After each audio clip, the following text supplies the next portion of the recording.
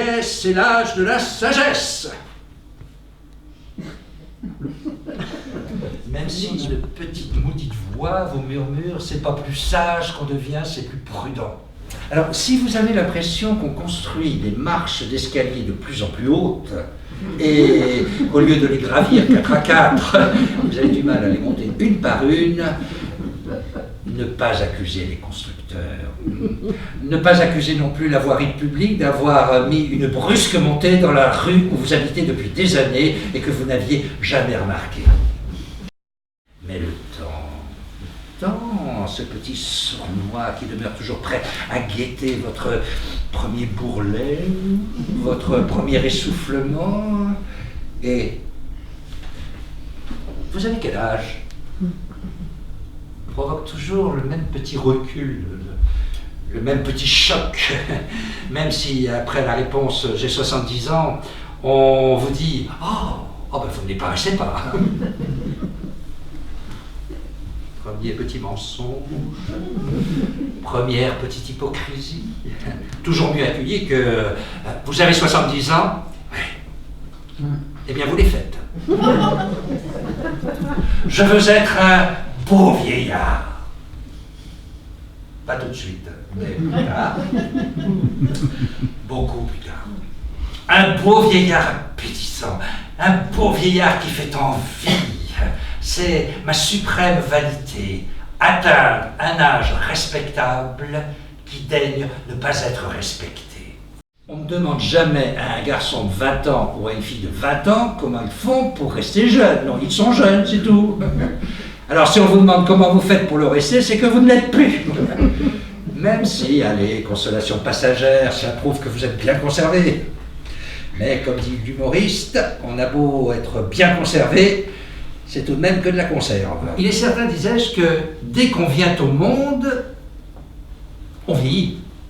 Et de là à penser que ce sont les rides qui font hurler les nouveau-nés dans leur berceau, il y a un pas que je ne franchirai pas.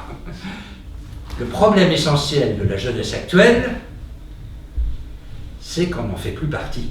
Surtout ne jamais faire de sport avec vos enfants, ni avec aucun groupe d'adolescents. Parce que de deux choses l'une, ou bien vous partez avec eux et c'est votre cœur qui lâche, ou bien vous les laissez partir et c'est votre morale qui flanche. Et avec le plus grand sérieux, je proposais de créer face au ministère de la Jeunesse et des Sports, le ministère de la vieillesse et de son sort. Combattre énergiquement cette affirmation toute gratuite de Jules Renard. Si on construisait la maison du bonheur, la plus grande pièce serait la salle d'attente. Ah non, non, non, non, non, 1000 fois non, non. Au contraire, trouver les moyens et les raisons à chacun d'être heureux, à quelque âge que ce soit. Mais la pensée qu'autrefois, on ne reconnaissait plus les femmes tellement elles avaient vieilli.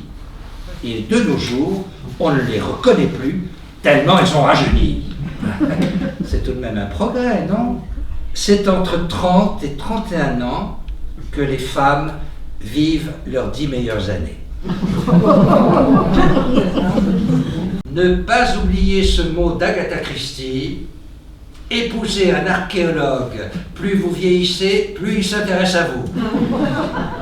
Madame Récamier et Ninon de l'Enclos soulevaient encore des passions alors qu'elles avaient déjà du mal à se soulever de leur propre fauteuil. Quand une femme vieillit, on dit qu'elle se ride.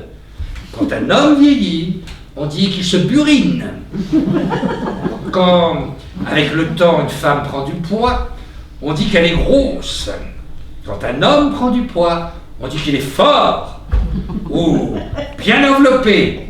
Le temps ne fait de cadeau à personne, ni aux femmes, ni aux hommes. Mais quoi qu'il en soit, restons légers. Elle comme libellule, et comme élégance, G comme gaieté, E comme euphorie, R comme l'air de rire de tout, de peur d'être obligé d'en pleurer. Rappelez à chacun que le seul moyen d'échapper à la mort, provisoirement on s'entend, c'est de prendre de l'âge. Alors, vieillissons donc avec reconnaissance. On vient au monde sur un cri et on le quitte sur un souffle. Et entre les deux, un cheminement plus ou moins serein, où les années sont courtes et les jours parfois très longs. Le temps, ce grand maître qui finit toujours par dévorer ses élèves.